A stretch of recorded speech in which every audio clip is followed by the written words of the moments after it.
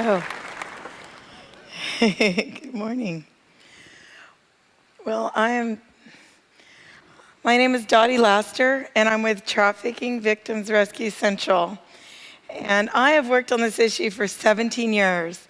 I started in 2003. And one of the notable cases I'd like to talk to you about, because it's credited with being the largest rescue in U.S. history back in 2005, and it was right where we all sat. So I always say trafficking is here, no matter where here is for you. And so we'll talk about this because it's here. So in 2005, I had created and written the grant and established the policies and procedures for the Human Trafficking Rescue Alliance, which is the task force out of the U.S. Attorney's Office in coordination with law enforcement and nonprofits in the Houston area. So in 2004, when we did that, we were cutting edge. Texas was the second state to have anti-trafficking laws. And I was blessed to go to the first ever National Human Trafficking Conference in Tampa, Florida, with, at that time, President Bush and Attorney General Ashcroft and Governor Bush and a handful of people from Houston, like our U.S. attorneys and local law enforcement.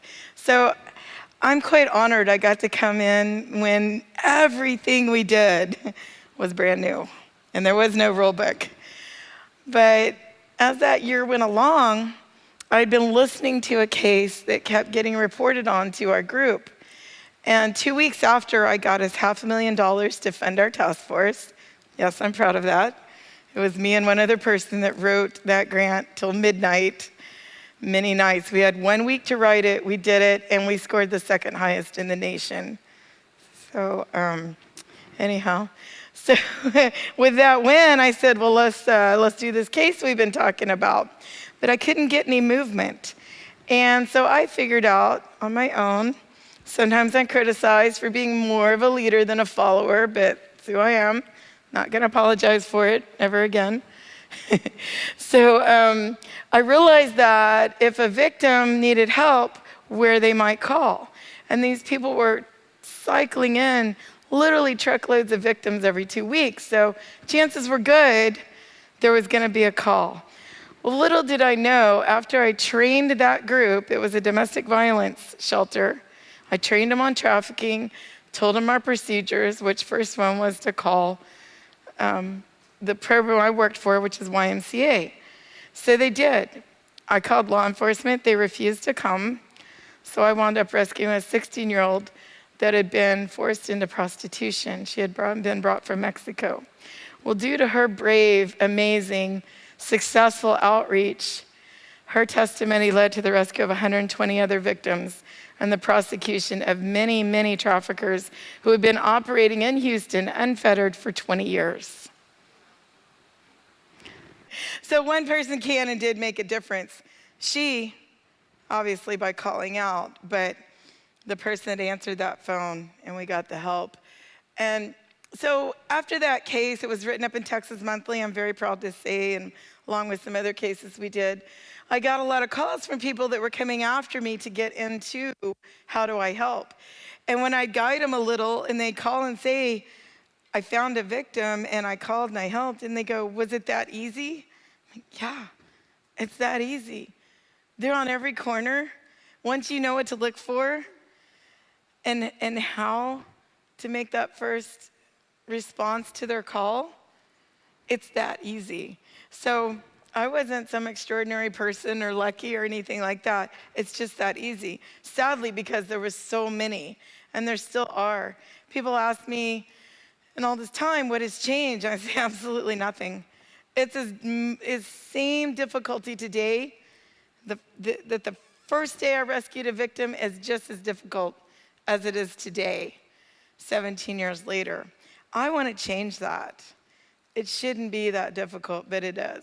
It's lonely sometimes, scary.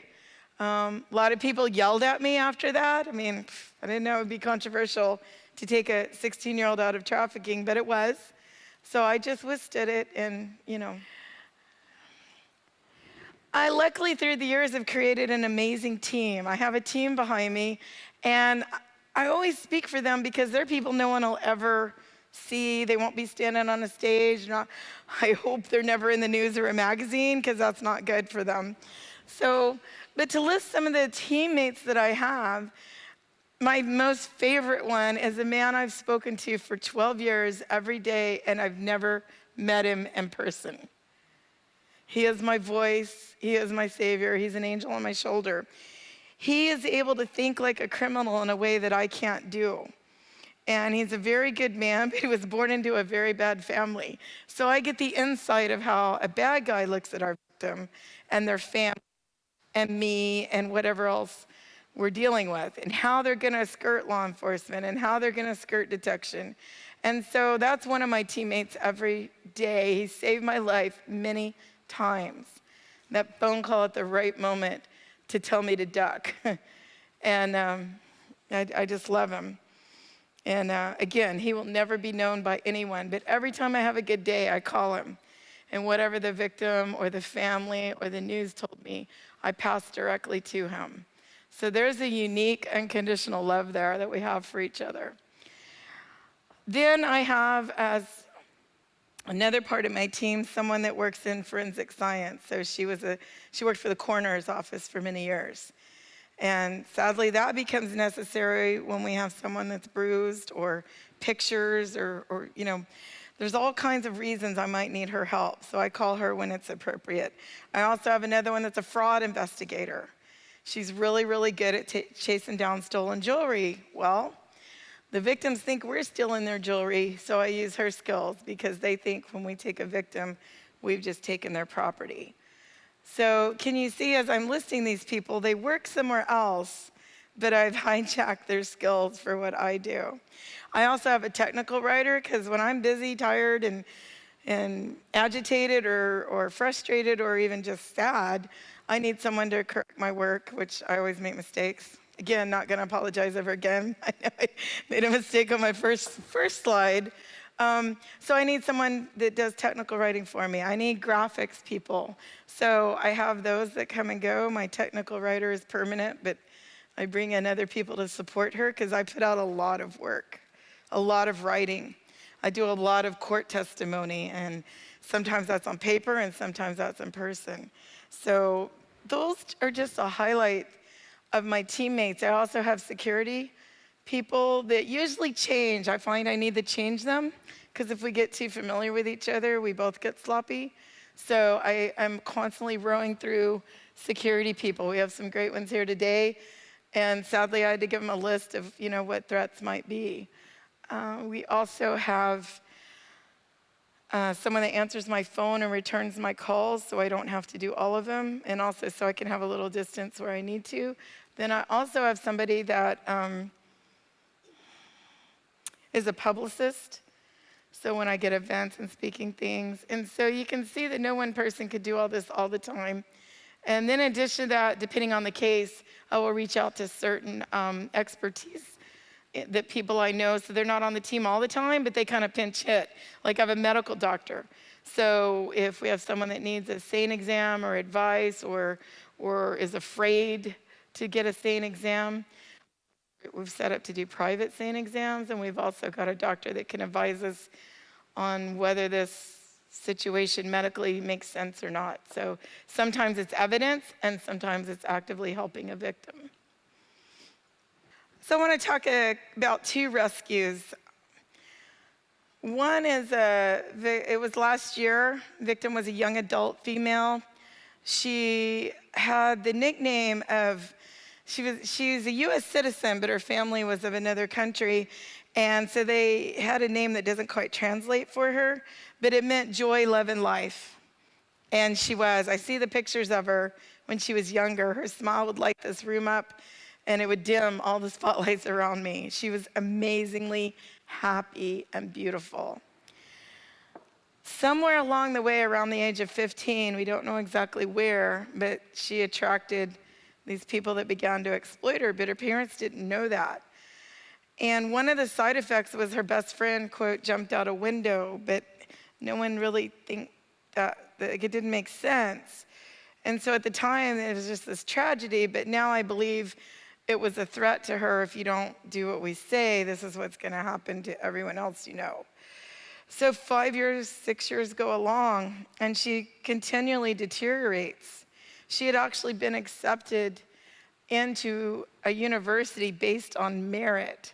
She was an amazing artist. She was brilliant. Her family were super wealthy. She lived in one of the cities you and I would relate with: vacation, love, fun, beauty. Very small town that's known for its beauty. And so her life, it keeps spiraling downhill, and no one really understands why. Well, she goes missing. And this is where it all crescendos, and I get called.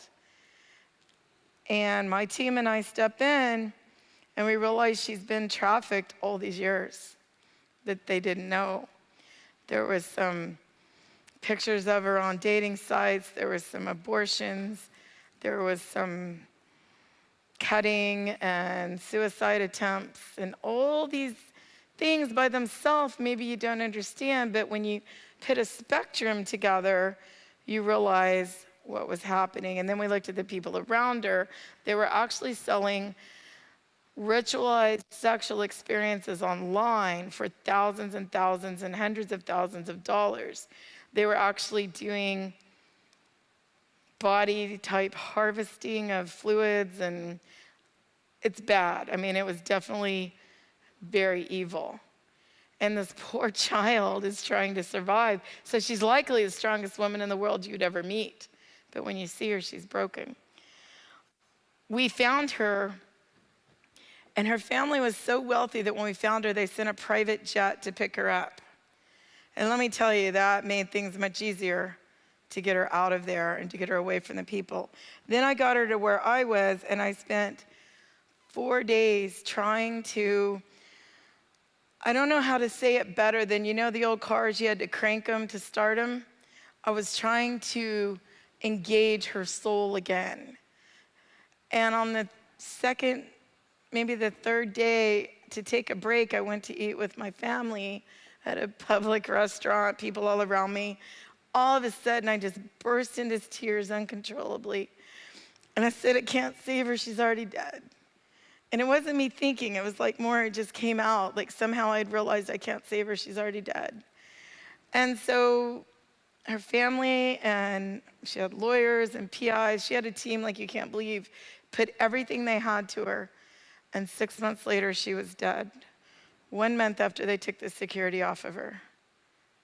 They had 24-hour-a-day security for 6 months. That's expensive. That probably cost more than the jet. But the point being is, I think she was dead when I met her. And that's what the traffickers want. They want a body alive, but the soul dead.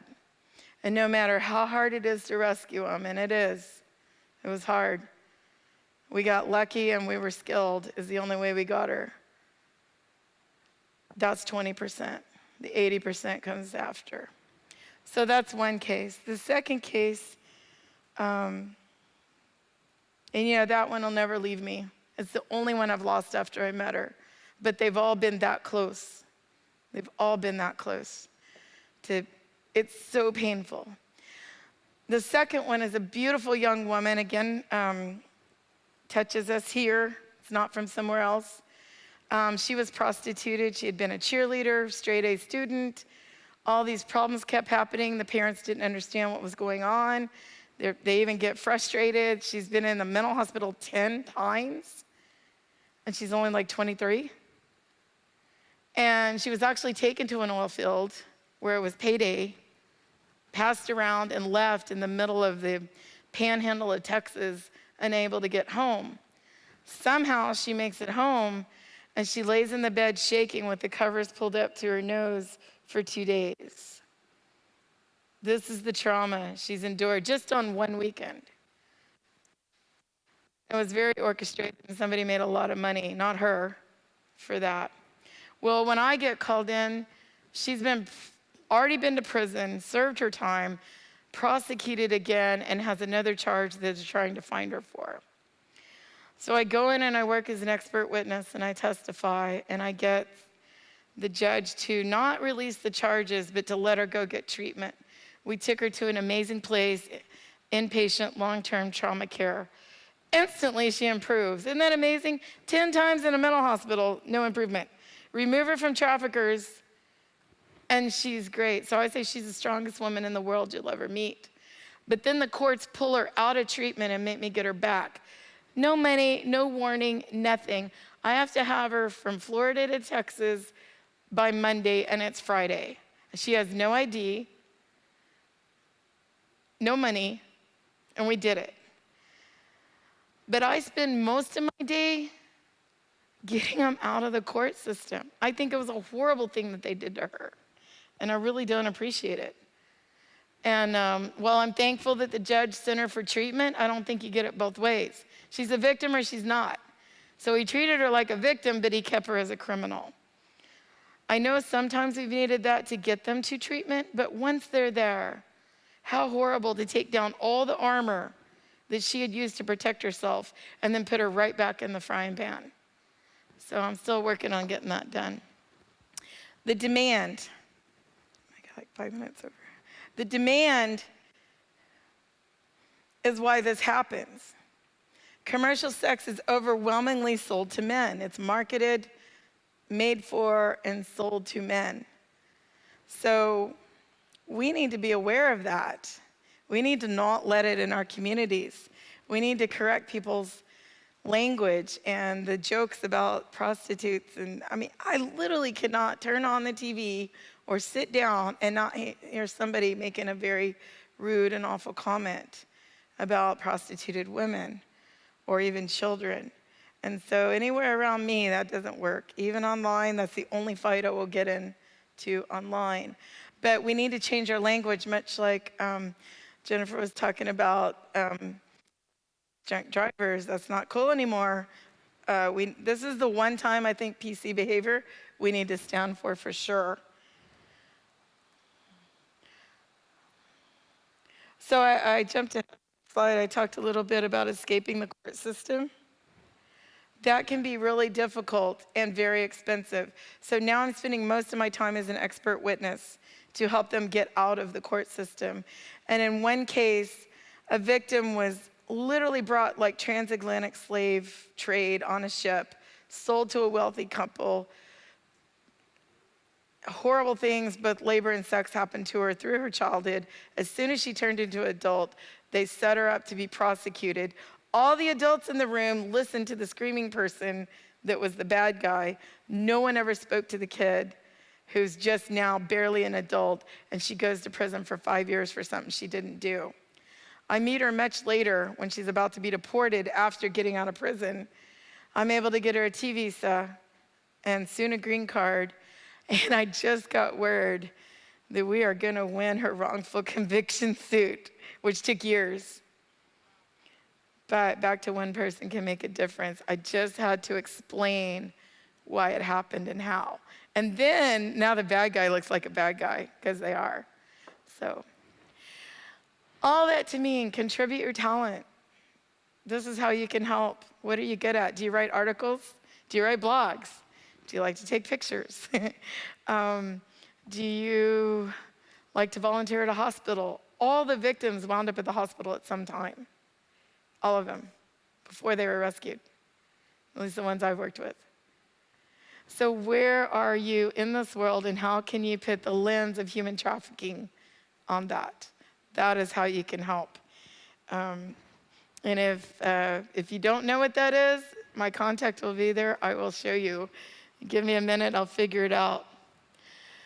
So these are some of the things that we need. I really have a dream of creating an attorney and private investigator college where they go and learn how to handle human trafficking cases.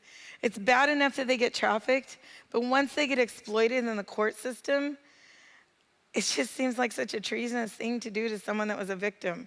You should not be prosecuted for the thing you should not be prosecuted as a criminal for the thing you are a victim of.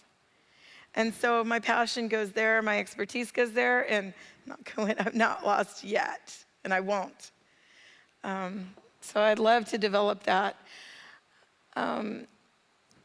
Create.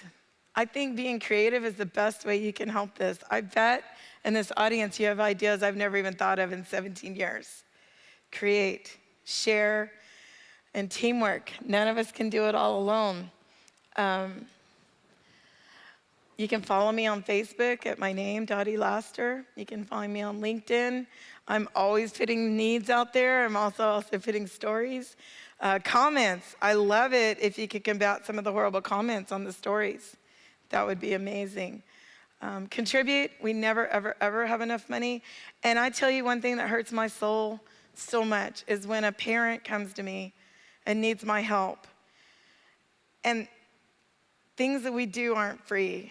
You know, airline tickets aren't free, travel's not free, security's not free. When that parent has to pull all their money out just to save their kid who is gonna come back so broken that they will never be free of expense, I try never to charge them, but the world doesn't work in my favor that way.